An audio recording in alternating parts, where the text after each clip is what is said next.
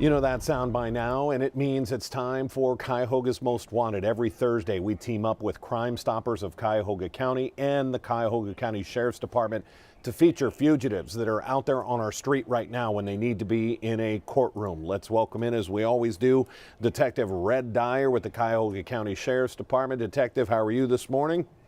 Excellent, Dan. I hope you're doing well too. Absolutely. Red, let's get right into this. We have this partnership and we've had it for a couple of years now.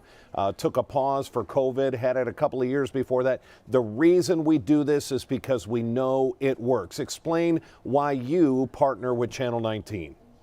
Because, Dan, we recognize the value of the information that our community has, the eyes and ears and information they can provide to us to help solve these cases, bring justice to the victims of these crimes, clean up their neighborhoods, and open up the potential for a possible reward while remaining completely anonymous. You know, and you bring up a good point, not only cleaning up our neighborhoods, nobody wants to live in fear of a potential felon living on your block, but also the victims. These cases sometimes go years and years and no answers for family members, no resolution, no court date for these family members, and we're trying to change that.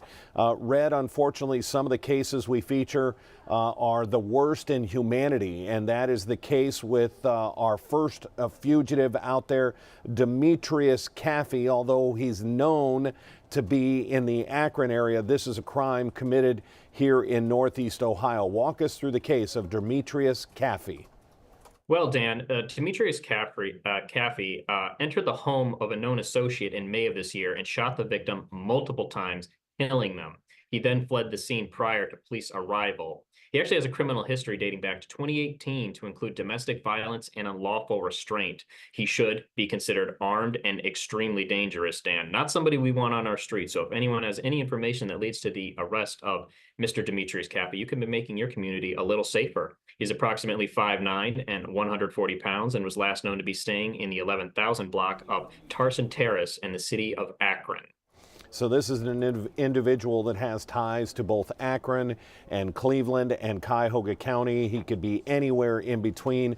That's why we do this for all of Northeast Ohio. This isn't just a Cleveland thing. This isn't just a Cuyahoga thing. This is for law enforcement all over Northeast Ohio that can bring in these individuals if you simply know where they are. And when we have somebody that is accused of aggravated murder, I want you to ask yourself, he's done it once, or he's at least accused of doing it once before.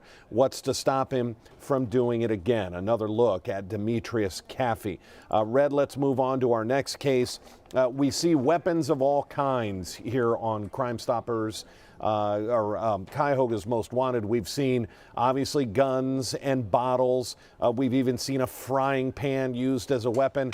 Today we revisit a case, a steak knife. I believe this is our second steak knife that we've had involved in a crime. Let's walk through the case of Leila Lanham. What do we know?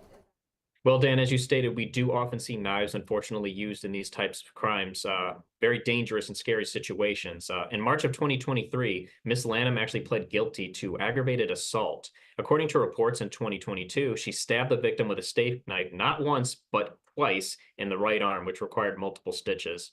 She violated the conditions of her probation in this case, and she failed to appear for her hearing, and a warrant was issued for her arrest. She's 5'4" and 105 pounds. Was last known to be staying in the 8100 block of Snow Road in the city of Parma. However, she also has warrants with Columbiana County Sheriff for non-support and Parma for failure to appear for a domestic violence. Steak knife twice to the arm and has already pleaded guilty to that. You can understand why when she's violated her parole that she needs to be caught and brought back into a courtroom. Our third and final fugitive for the week is Dennis Walker. Red, what do we know? Well, Dan, I know that our community feels very strongly about protecting the animals in our community. We have a lot of dog lovers and cat lovers who watch this show, so that's why this makes this harder. In December of 2023, Mr. Walker pled guilty to strangulation and domestic violence. According to reports, in June of 2023, while attempting to hurt the victim's dog, he also grabbed the victim by the neck and squeezed, even threatening to kill the victim. He failed to appear for a court hearing, and a warrant was issued for his arrest. And I wanted to note, Dan, he actually has a history of domestic violence with the sheriff's department as well, and a criminal history that dates back to 1997.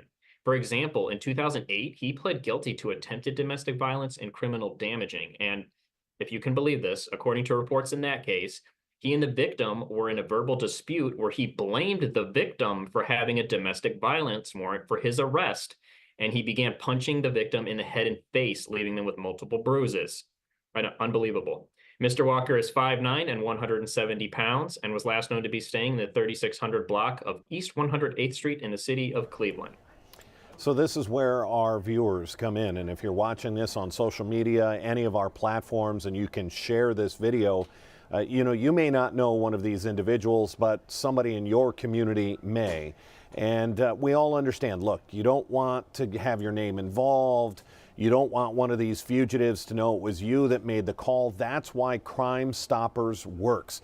That's why this is an incredible program. Red, as we put up the phone number here, 216-252-7463. Why should people not be scared to call? Well, Dan, as we discuss every week, we don't take down your name, we don't record the phone calls or have caller ID. We don't want any of your personal identifying information. Everything that we do through you is referenced to an anonymous tip number that's provided to you, so your information is never exchanged with us. And I think that's so reassuring to people that your name's not going to end up in some sort of court record. One of these fugitives is not going to be reading through their paperwork and say, oh, look, it's Joe Smith that called in on me. That's not going to happen. That's why this program works and why you should feel comfortable cleaning up your own community. Red, when we start talking about reward money, up to a $5,000 reward, what do you like people to know? That crime doesn't pay, but Crime Stoppers does. Crime Stoppers absolutely pays. It works. We know this program works. Crime Stoppers has handed out thousands of dollars in rewards, and the next one could be yours. And money, a big motivator for simply making an anonymous phone call. Detective Red Dyer, we certainly appreciate the time. We're doing our best to clean up the streets one criminal at a time. Thanks for joining us. Been a pleasure. Thank you. All right, take care.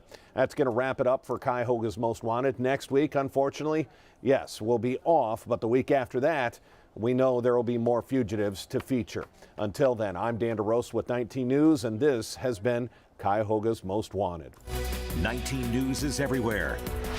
Download our CTV apps and follow us on social media at Cleveland 19 News.